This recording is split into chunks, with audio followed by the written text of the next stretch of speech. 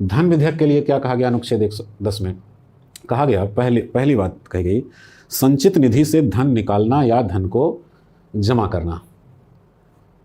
देखिए यहाँ पर ये चीज़ें स्पष्ट रूप से लिखी गई हैं। धन विधेयक सरकार द्वारा संचित निधि से धन निकालने या धन को जमा करने, ऋण लेने या ऋण देने, कोई नया कर लगाने या किसी कर को समाप्त करने से संबंधित जो विधेयक होगा वो धन विधेयक होगा।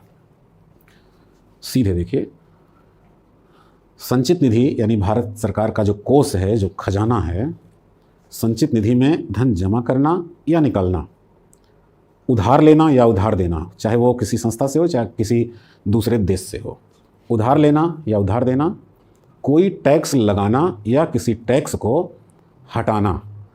यानी कि ये तीन चीज़ें हैं, तीनों के दो दो पहलू हैं, तो ये 6 बातें हो जाती हैं। संचित निधि में धन जमा करना, धन को निकालना, उधार लेना, उधार देना, कोई कर लगाना या किसी कर को हटाना, इससे संबंधित विधेयक है, तो ये धन विधेयक होता है। यह लोकसभा में ही प्रस्तुत किया जा सकता है, यानी कि इसको राज्यसभा में प्रस्तुत नहीं किया जा सकता। लोकसभा में ही इसको प्रस्तुत किया जाएगा और लोकसभा से पारित होने के बाद अगर राज्यसभा में जाता है तो राज्यसभा इसे अधिकतम 14 दिन तक ही रोक सकती है। इसके अतिरिक्त राज्यसभा इसे और डिले नहीं कर सकती है। अगर वह फेल कर देती है तब भी विधेयक पास मान लिया जाएगा। यहाँ तक चीज़ें हो गई। फिर एक तीसरी लाइन आ रही है, कोई विधेयक धन विधेयक है या नहीं, इसका निर्णय कौन करेगा? लोकसभा अध्यक्ष करेगा। अब देखिएगा, पहली बात कि जितना आसान ये दिख रहा है उतना आसान है नहीं।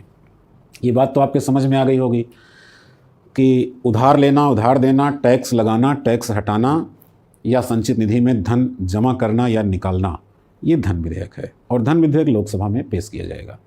अगर अनुच्छेद 110 में ये बात बिल्कुल क्लियर कर दी गई है कि धन विधेयक क्या होता है, तो फिर ये तीसरी लाइन क्यों लिखी गई कि कोई विधेयक धन विधेयक है या नहीं, इसका निर्णय लोकसभा अध्यक्ष करेगा? ऐसा इसलिए कि जब भी हम कोई काम करते हैं तो मोटे तौर पर उसका एक रोड मैप, एक ब्लूप्रिंट या एक नियम तय कर लेते हैं, लेकिन जब शुरू करते हैं तो समस्याएं आती हैं। जैसे ये तो कह दिया गया कि धन जमा करना, निकालना, उधार लेना, उधार देना, टैक्स लगाना, टैक्स हटाना धन विधेयक तो है, लेकिन अगर इसके साथ कोई साधारण प्रावधान जुड़ा रहे और एक ही विधेयक में वो दोनों चीज़ें हों, तब फिर क्या कहा जा सकता है? जैसे अभी जीएसटी कुछ साल पहले लागू हुआ, उसके पहले सर्विस टैक्स लगता था और सर्विस टैक्स के लिए नियम था कि 14% सर्विस टैक्स लगेगा, तो 0.5% इस पर लगाया गया स्वच्छता कर, सेस यानी अधिभार। अधिभार एक प्रकार का कर होता है।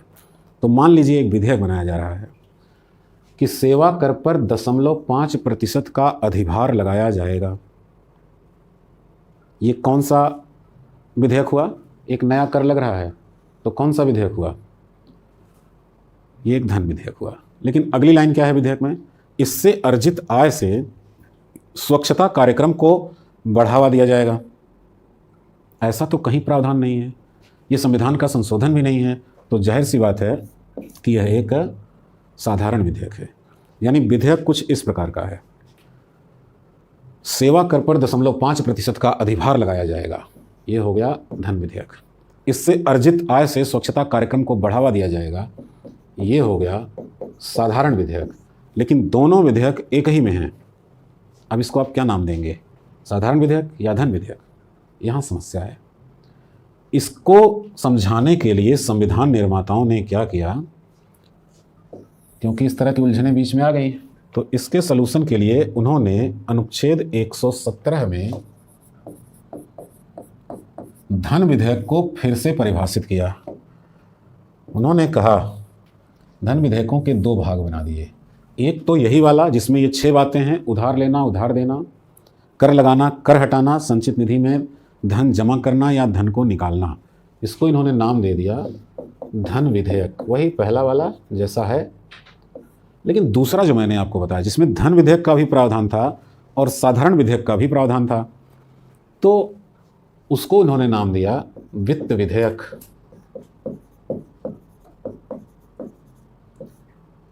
वित्त विधेयक, और कहा कि वित्त विधेयक संसद के किसी भी सदन में प्रस्तुत किए जा सकते हैं, चाहे लोकसभा हो चाहे राज्यसभा हो, और दोनों सदनों से इसका पारित होना आवश्यक होता है,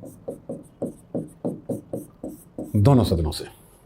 अगर कोई भी सदन इसे फेल कर देगा तो विधेयक सामान्यतः समाप्त हो जाएगा। अगर सरकार को पास करवाना ही है तो संयुक्त अधिवेशन बुलाना पड़ सकता है, यानी बुलाया जा भी सकता है संयुक्त अधिवेशन इस पर।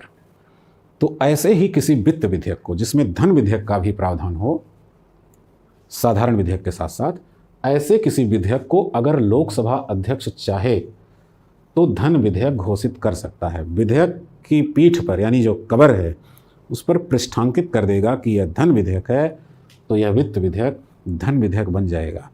अन्यथा अनुच्छेद 117 में धन विधेयकों के 2 प्रकार बताए गए हैं।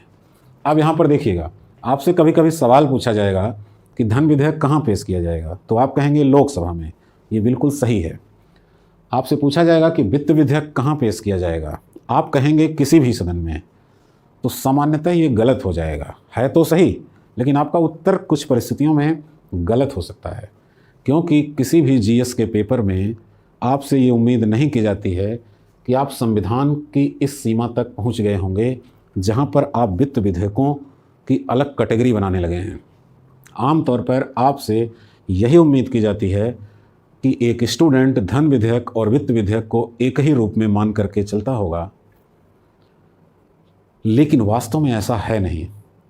आपको अगर उत्तर देना है तो आप सीधे वित्त विधेयक किस सदन में पेश किया जाएगा, तो वहाँ भी आप उत्तर देंगे लोकसभा में। राज्यसभा कितने दिन रोक सकती है, तो 14 दिन। लेकिन ये सही नहीं है, लेकिन यही माना जाता है। उत्तर सही जो है उस सही तरीके से जब पूछा जाएगा तब आपको देना है। जैसे कहा जाएगा कि धन विधेयकों से भिन्न वित्त विधेयक संसद के किस सदन में प्रस्तुत किए जाएंगे, तो फिर आप बोलेंगे किसी भी सदन में। यानी जब तक क्लियर करके ना पूछा जाए कि धन विधेयकों से भिन्न वित्त विधेयक या अनुच्छेद 117 में दिए गए धन विधेयकों से भिन्न वित्त विधेयक संसद के किस सदन में प्रस्तुत किए जाएंगे, अगर ऐसा ना पूछा गया हो तो आप बोलेंगे लोकसभा में। लेकिन अगर ऐसा करके पूछा गया हो तो आप हमेशा कहेंगे संसद के किसी भी सदन में। तो यहाँ तक चीज़ें आपको समझ में आ गई होंगी।